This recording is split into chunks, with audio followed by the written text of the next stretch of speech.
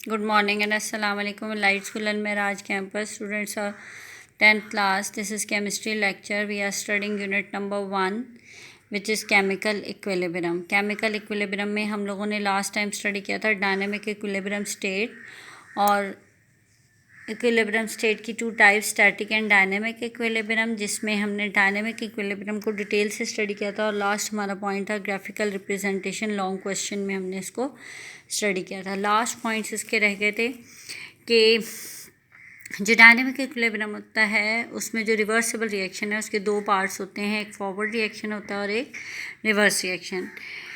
Forward reaction ऐसा reaction होता है जिसमें रिएक्टेंट रिएक्ट करते हैं और प्रोडक्ट की प्रोड्यूस होती है, ऐसे रिएक्शन को फॉरवर्ड रिएक्शन कहा जाता है।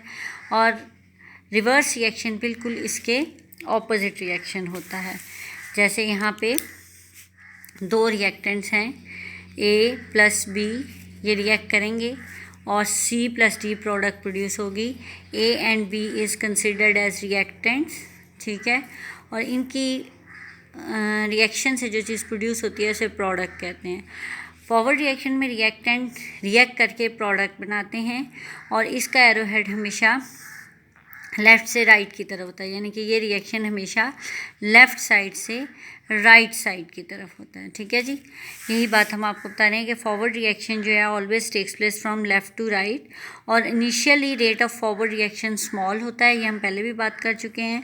और Aahista Aahista initially rate of forward reaction fast होता है, ज़्यादा होता है और आहिस्ता आहिस्ता ये कम होने लग जाता है, इसलिए हम कहते हैं इट स्लोज डाउन ग्रेजुअली, ठीक है जी। यही बात हमने ग्राफ में प्रूफ भी की थी।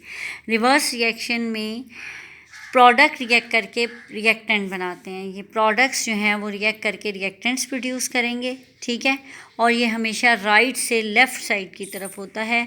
स्टार्टिंग में रेट ऑफ रिवर्स रिएक्शन बिल्कुल निग्लिजिबल होता है क्योंकि प्रोडक्ट्स प्रोड्यूस हो रहे होते हैं, इसलिए स्टार्टिंग में रेट ऑफ रिवर्स रिएक्शन जो है वो बिल्कुल जो है वो निग्लिजिबल होता है और आहिस्ता आहिस्ता ये रिएक्शन स्पीड अप होने लग जाता है, ठीक है।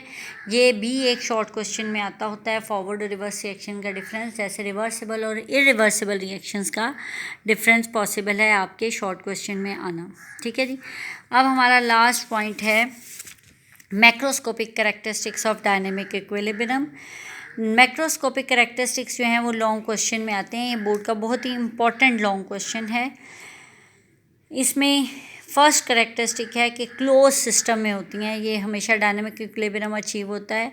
क्लोज सिस्टम का ये मतलब है कि डायनेमिक इक्विलिब्रियम के लिए हमने एक एग्जांपल स्टडी की थी कैल्शियम कार्बोनेट की। कैल्शियम कार्बोनेट ब्रेक होता है, एक फ्लास्क में ले लें और उसमें कैल्शियम कार्बोनेट को ब्रेक करें और उसको ओपन रखें उसका माउथ, तो कार्बन डाइऑक्साइड स्केप आउट हो जाएगी और कैल्शियम ऑक्साइड जो है वहाँ पे रिमेन रह जाएगा। ये एक इरिवर्सिबल रिएक्शन है, इसलिए इसमें डायनेमिक इक्विलिब्रियम के अचीव होने के चांस नहीं होते।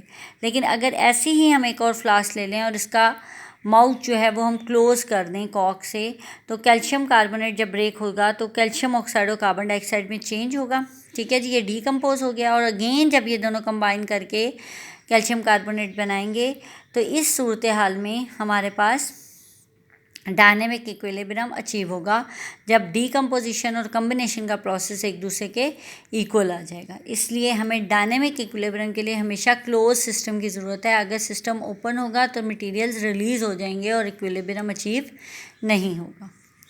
सेकंड प्रॉपर्टी है concentration. Rate of dynamic equilibrium में कॉन्सेंट्रेशन जो है वो रिएक्शन मिक्सचर की हमेशा सेम रहती है। कैसे? जब हम इक्विलिब्रियम इस्टेब्लिश करते हैं तो कॉन्सेंट्रेशन कांस्टेंट हो जाती है, क्यों?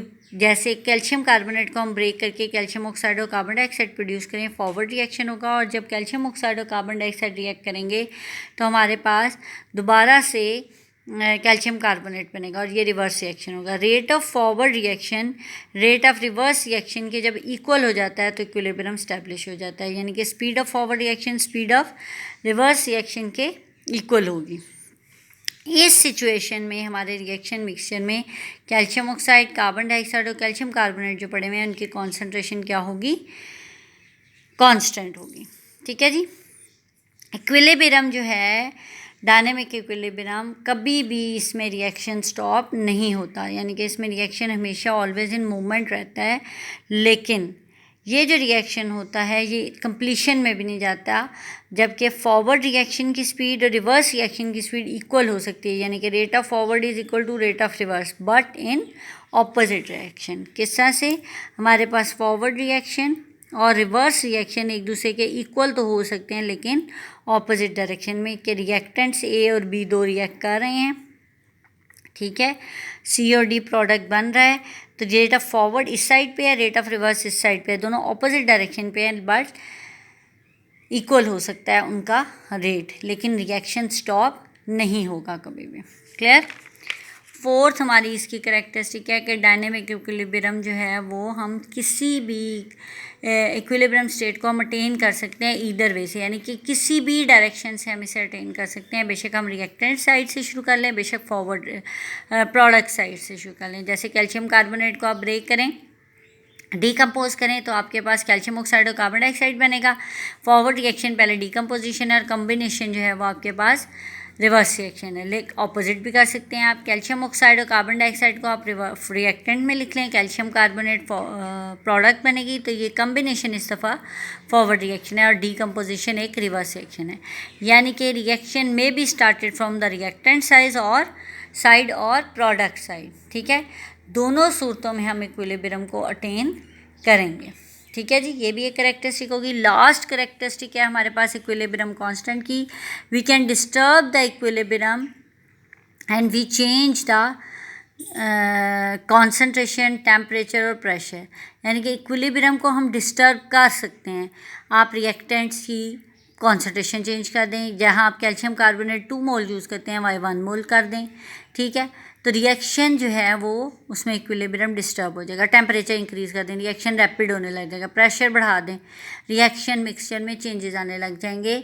लेकिन आफ्टर सम टाइम जैसे ही ये जो आपने चेंजेस किए हैं ये स्टेबल होंगे, तो दोबारा से हम इक्विलिब्रियम को अटेन कर लेंगे।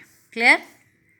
इम्पॉर्टेंट लॉन्ग क्वेश्चन है, बोर्ड में काफ़ी दफ़ा आया है, इसको आपने अच्छी तरह से प्रिपेयर करना है। ये आपकी बुक में पेज नंबर 6 पे गिवन है, इसके हेडिंग्स बनाएं जैसे मैंने आपको पॉइंट्स बताए हैं और इसको लर्न करें। ये आपका बोर्ड का लॉन्ग क्वेश्चन है। Thank you. अल्लाह।